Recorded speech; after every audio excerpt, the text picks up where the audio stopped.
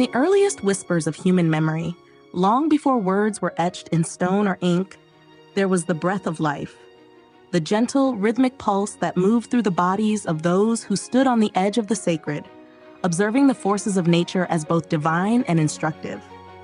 This was the Neolithic origin of Qigong, where ancient humans, attuned to the cycles of the earth, moon, and stars, began their delicate dance with Qi, the vital energy that animates all living things. In those primal times, there was no separation between human and nature. The forests, the mountains, the rivers, they all spoke and humans listened. The first Qigong movements were born not from doctrine, but from deep observation, an internalization of the undulating rhythms of the seasons, the rise and fall of tides, the ceaseless flow of wind. These ancient beings, hunters, gatherers, and early mystics, sought to harmonize their bodies with the breath of the earth, syncing their movements with the natural world to channel the forces that sustained life.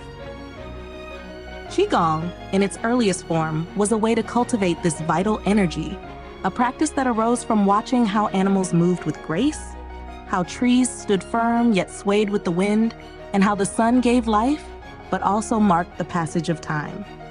In those early practices, the body became an altar for energy, the breath a prayer to the cosmos, and the movement a ritual of connection.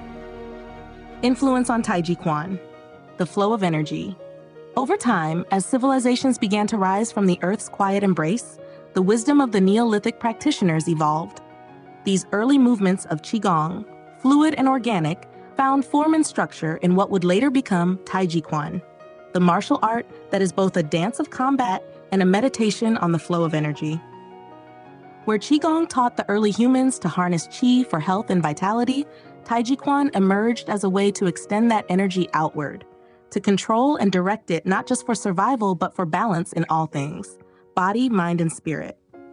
The soft, circular movements of Taiji reflect the deep wisdom of those ancient practices, the way energy must never be forced but rather guided, like water flowing around stones, endlessly adapting, never breaking. In the slow, deliberate postures of Taiji, we see the Neolithic understanding of energy cultivation preserved. Yin and Yang, the opposing yet complementary forces, are embodied in every movement. Yin in the yielding, the receptive, and Yang in the assertive, the active. This duality, first observed in the cycles of night and day, light and shadow, was mirrored in the Neolithic practices of Qigong and later refined in the balance of Taiji Quan. The continuation of breath and movement. In Taiji Quan, the body moves as if through water, slow and purposeful, never hurried. This is not simply martial technique, but a continuation of Neolithic Qigong, where the practitioner learns to breathe as the ancient trees breathe, deeply, steadily, connected to something far greater than themselves. Qi flows through every posture, linking the practitioner to an unbroken lineage of movement that stretches back to the first humans who sought to understand the mystery of life itself. The practice of Taiji is, in essence, an unfolding of time. Each motion is like a ripple across a still pond, a gentle reminder that energy, once set in motion, carries with it the memory of its origin. In this way, Taiji Quan does more than cultivate physical strength or flexibility. It nourishes the soul, just as those ancient Neolithic practitioners nourished the Qi within, knowing that the energy they harnessed was the same energy that flowed through the rivers, the trees, the stars. Neolithic roots, rituals of the earth. To understand the influence of Neolithic Qigong on Taiji Quan is to return to a time when humans lived in direct communion with the earth. The movements of Taiji, like those early rituals, are slow, deliberate, designed to channel the life force that pulses through all things.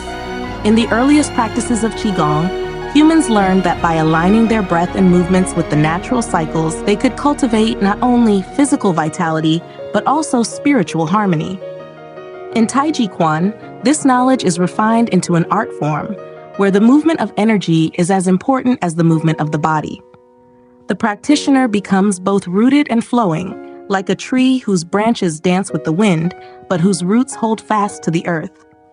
This reflects the Neolithic understanding that true strength comes from balance, from the gentle interplay between action and stillness, between giving and receiving.